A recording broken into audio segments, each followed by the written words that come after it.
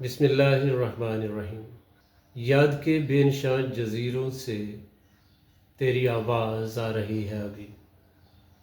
दोस्तों, नासिर काज़मी का ये शेर है। माजी की यादें इंसानी दिमाग और याददाश्त से गहरा ताल्लुक़ रखती हैं।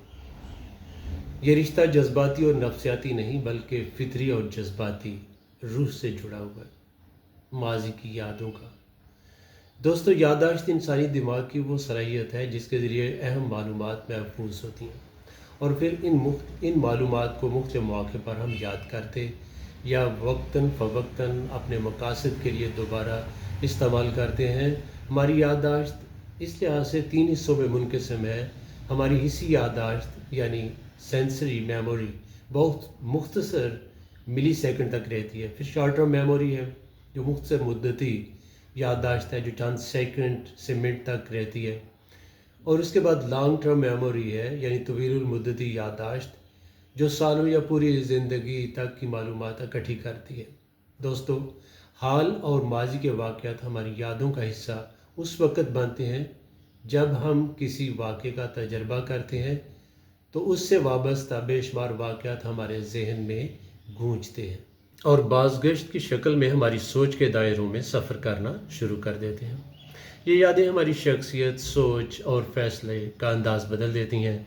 अगर यादें खुशगवार हैं तो खुशी और अमबसात का ज़रिया बन जाती हैं और तलख़ यादें अफसरदगी, डिप्रेशन, खौफ, इज़्तिराब और तन्हाई का सबब बन जाती हैं।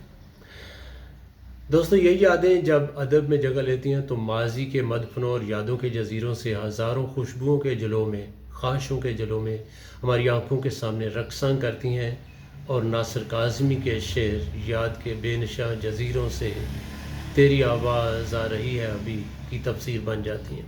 नासिर काज़मी अपने शेर में माजी की यादों और अपने जज्बाती तजर्बात का जिक्र करता है। याद के बेनशां जजीरे वो यादें, जगहें, वो हादसात और तजर्बात हैं जो वक्त के गिरदाब में गुम हो चुके, धुंधले हो चुके, भूले बसरे अफसाने बन चुके हैं, जहाँ से कोई सरसराहट, कोई आवाज़ या गूंज किसी की मौजूदगी का एहसास दिलाती है। याद के बेनशां जजीरे खूबसूरत इस्तारा है।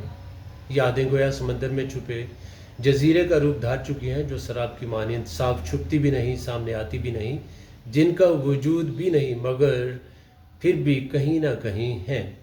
ये शेर माजी की गुमशुदा यादों को हाल में ज़िंदा महसूस करने का इज़हारिया है।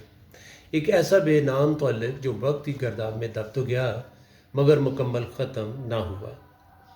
शेर में नरमी, उदासी, यादों की सरगोशी जैसा अंदाज़ है कि शायर खामोश लम्हों और माजी के धुंधलके में उन आशना आवाज़ों को सुनता है जो कभी उसके दिल और जान के करीब थीं। नासिर काज़मी का ये शेर इंसानी जज्बात, वक्त और वजूद की गहराइयों में छुपी जज्बाती कैफियत और कशमकश को जांचने और बयान करने की एक जमालियाती कोशिश भी है। दोस्तों, ये सिर्फ़ एक ज़हनी अमल नहीं बल्कि एक अदबी इस्तारा, एक अलामत और एक तख्लीकी महर्रक भी है। अदबियात में याद महज माजी की बाज़गश्त नहीं बल्कि एहसासात, वक्त, जुदाई और मौजूद और खोए हुए लम्हों की मानवियत को भी हमारे सामने लाता है।